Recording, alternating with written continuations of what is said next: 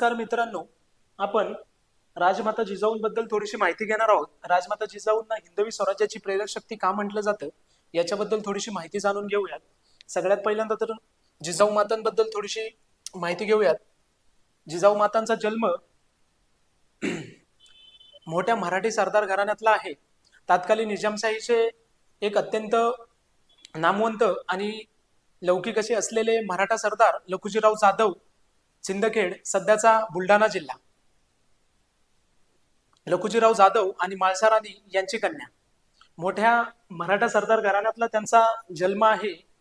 त्यांचा जन्म पुष्य पौर्णिमेला झाला. 12 जानेवारी 1598 रोजी त्यांचा जन्म झाला. गुरुपुष्याच्या मुहूर्तावरती असं म्हणता येईल की गुरुपुष्याच्या मुहूर्तावरती महाराष्ट्राचं भाग्य घडवणारी लक्ष्मी जन्माला आली. आऊसाहेबांचं 10-12 वर्षाचं बालपण मराठा सरदारांचा पराक्रम बघत असताना मराठा सरदारांची जी अवस्था होती ते बघत गेलं आहे.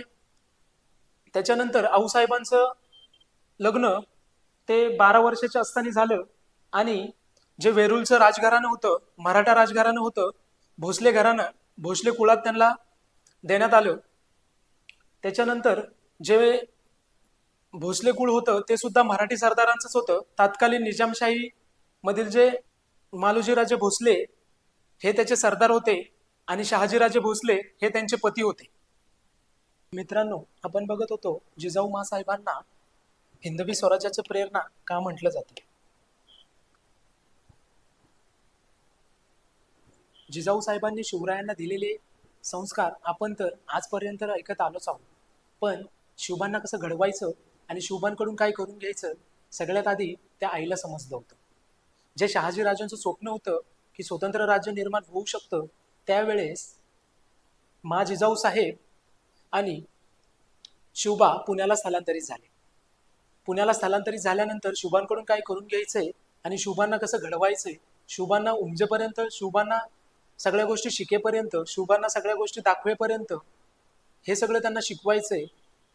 आणि ही जी सगळी राजमातांची भूमिका आहे, हे जे राजमातांचं सगळं वेगळंपण आहे, हेच स्वराज्य निर्मितीचं प्रमुख कारण आहे असं आपल्याला म्हणता येईल. त्यानंतर मित्रांनो, 12 वर्षाच्या शिवबांना जिजाऊ माता पुण्याला घेऊन येतात. असं म्हटलं जातं की जिजाऊ साहेबांचं काम राजकारणाचं आहे आणि ते स्वतः त्यांनी केले. शिवाजी महाराजांचं राज्य निर्माण करायचंय आणि राज्य निर्माण करण्यामागचं जे राजकारण आहे ते जिजाऊ मातांचं आहे. त्या राजकारणामध्ये थेट असा वावर आपल्याला बघायला मिळतो. जिजाऊ साहेबांची जवळजवळ आपल्याला 6-7 पत्रे मिळतात. त्यामधील एका पत्रावरती वाटोळ्या नावाचा शिक्का आपल्याला बघायला मिळतो. तो त्यांचा स्वतंत्र शिक्का होता. जिजाऊ साहेबांचं याच सगळ्या पत्रामधून जिजाऊ साहेबांचे आपल्याला न्याय बघायला मिळतात. आणि त्यावेळेस त्या कालखंडात ज्या गोद सभा होत होत्या त्या सभेमध्ये सुद्धा आपल्याला जिजाऊ साहेब बघायला मिळतात.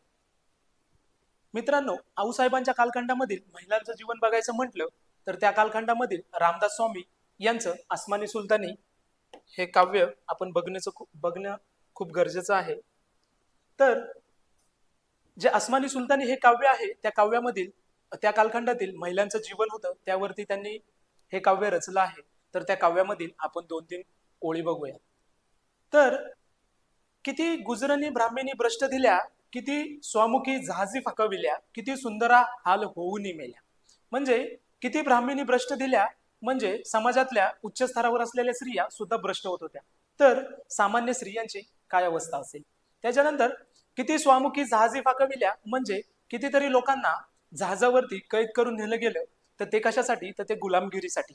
त्याच्यानंतर किती सुंदर हाल होऊन मेल्या म्हणजे एखाद्या सुंदर स्त्रीला या भूमीत जन्माला येणं सुद्धा पाप मानलं जात होतं. असं का, तर त्यावेळेस ती एखादी सुंदर स्त्री सरदाराच्या किंवा सुलतानाच्या नजरेत जरी आली तरी ती सुंदर स्त्री त्यांच्या जन्यानखान्यामध्ये मरेपर्यंत किंवा त्यांचं पूर्ण आयुष्य त्यांच्या जन्यानखान्यामध्ये डांबलं जात होतं. त्याच्यानंतर आपण जर त्या काळातल्या काही प्रथा बघायला गेलो तर त्याच्यातली सगळ्यात क्रूर आणि अनिष्ट अशी प्रथा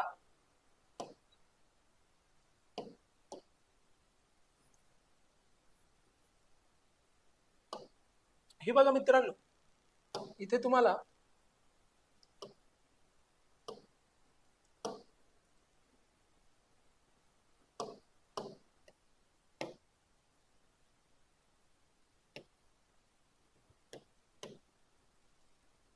मित्रांनो, तुम्हाला इथे इथे बघा, या फोटोमध्ये सतीप्रथा दिसते.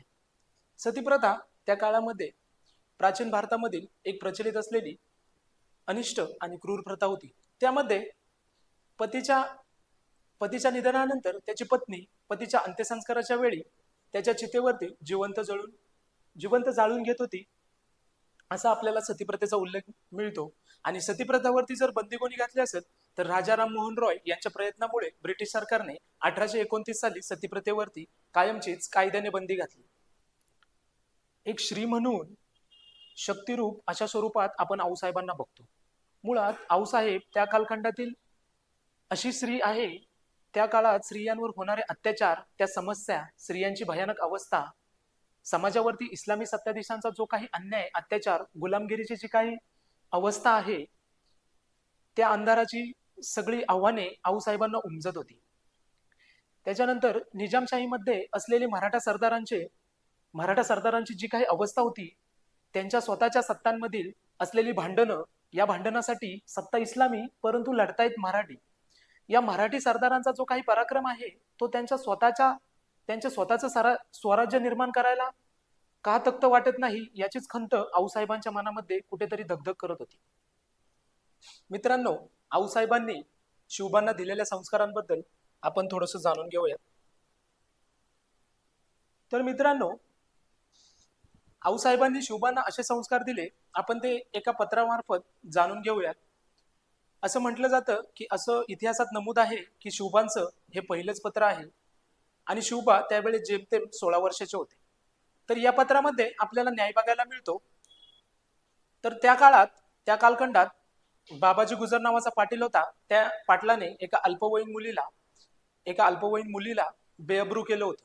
तर महाराजांनी त्या पाटलाचे हातपाय तोडण्याचे आदेश दिले होते आणि त्या पाटलाचं घर नष्ट होऊ नये म्हणून त्या पाटलाचा भाऊ बनाजी गुजर यांची पुन्हा पाटील पदावरती नियुक्ती केली. म्हणजेच या राज्यामधील महिला सदैव सुरक्षित राहणार किंवा राहतील, हे आपल्याला या पत्रामधून दिसून येतं.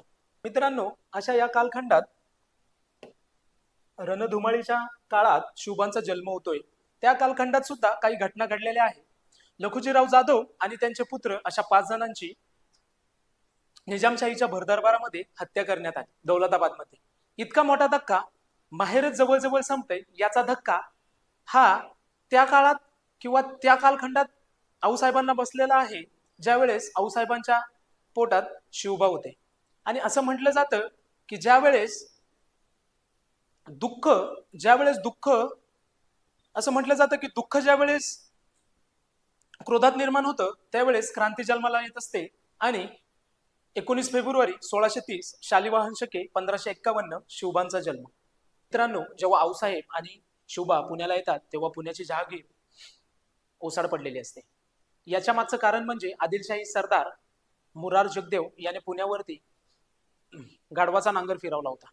त्यामुळेच पुण्याची जमीन नापीक आणि पुण्यामधील गावे पूर्णपणे उद्ध्वस्त झाली होती. जिजाऊ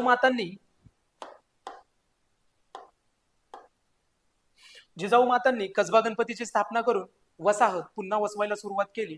त्याच्यानंतर जिजाऊ मातांनी शिवबांच्या हाताने सोन्याचा नांगर फिरवून जी भूमी नापीक झाली होती, ती भूमी पुन्हा सुपीक केली. आणि जनतेच्या मनामध्ये जे कुठे भय निर्माण झालं होतं, त्यांच्यामध्ये धर्म सुरक्षित नाही, जमिनी सुरक्षित नाही, हे भय दूर करून जनतेच्या मनामधील जो आत्मविश्वास कुठेतरी गमावला गेला होता, तो जनतेच्या मनामध्ये आत्मविश्वास पुन्हा आला. आणि या सगळ्याचा अर्थ असा की आऊसाहेबांनी आपल्या राजांच्या जहागिरीमध्ये एक स्वतंत्र राज्याच्या निर्मितीची प्रक्रिया आपल्या मुलासोबत म्हणजे शिवबांसोबत सुरू केली. आणि इथूनच आपल्याला स्वराज्याच्या निर्मितीमध्ये आऊसाहेबांचं योगदान दिसून येतं. आणि 6 जून 1674 रोजी रायगड किल्ल्यावरती